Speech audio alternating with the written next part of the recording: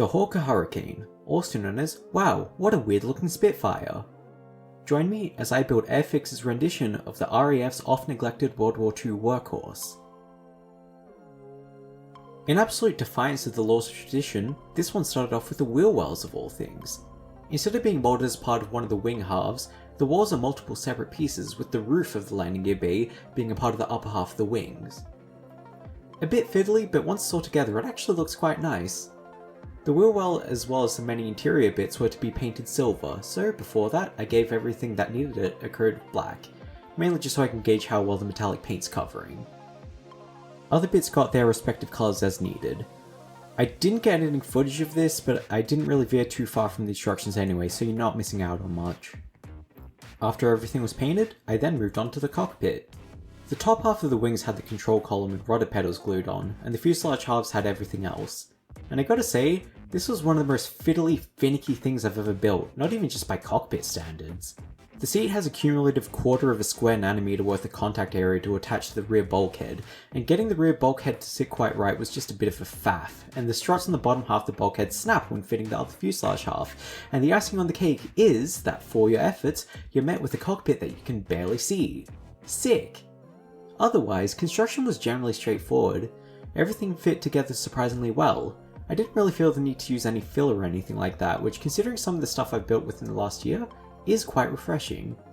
You do have to thread the landing gear legs through a little hole in the wheel well, but otherwise, yeah, they're fine. Probably not quite a skill level 1 though. Seriously, they released this as a starter set multiple times. This would probably be a bit of a brutal first build, especially compared to similar kits such as Airfix's soon to be old P-51 and their currently old Spitfire starter sets.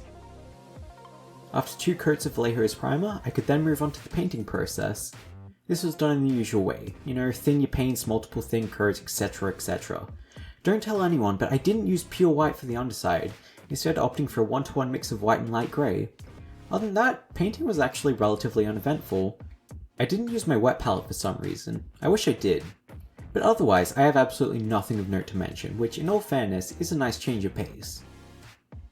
The only scheme included in the box depicts aircraft L1679, which belonged to the No. 1 Squadron of the RAF, based in Berry-au-Bac, France, according to the back of the box. From what I can tell, the plane had a bit of a crash landing on the 10th of May 1940, before being destroyed on the ground on the 14th. For those interested, this plane was piloted by Paul Ritchie, who wrote a book titled Fighter Pilot in 1941. It's apparently a really good read, so if World War II aviation piques your interest, check it out! Speaking of L1679, the decals. As you'd expect with modern Airfix, they're made by Cartograph and are of excellent quality. They were applied in the usual way, with Microset and Microsol being my decal chemicals of choice.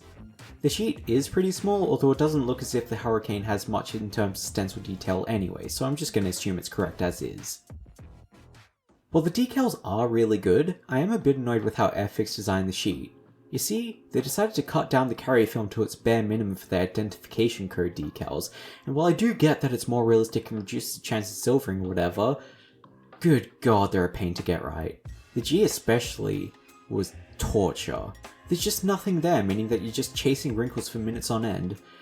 This, combined with the fact that the Hurricane is mostly fabric and doesn't have many landmarks for decal positioning, also combined with the fact that I had a mishap with the JX decal refusing to budge immediately after putting it onto the model, means that I completely beefed the starboard side.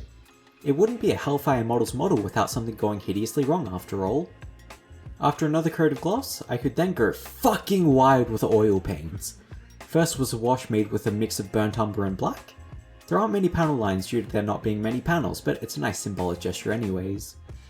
After that was cleaned up, I attempted to add a bit of tonal variation, by stippling dots of appropriately coloured oil paints with a round brush lightly dampened in white spirits.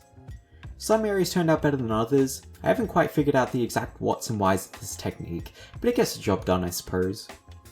Finally, I could add some shadow to the highlights, with some shading.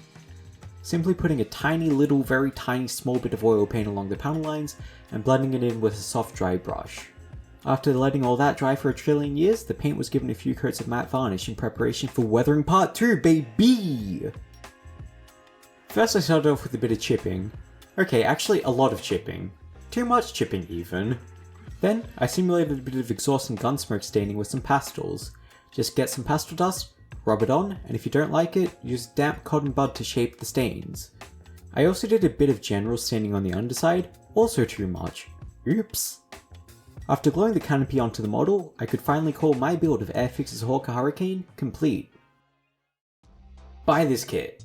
I don't care if one of the panels is a nanometer too far left or if the vertical stabilizer shape is off by a millionth of a degree, buy this kit. This is generally the most fun I've had building a model in quite some time. It goes together nicely, there aren't any glaring issues with the instructions of the decal sheets, it's just a good solid kit for what I'd consider to be a really reasonable price. There are probably better kits by other manufacturers, but I couldn't care less. I'm beyond satisfied with the experience provided by this one. I really, really, really like this kit.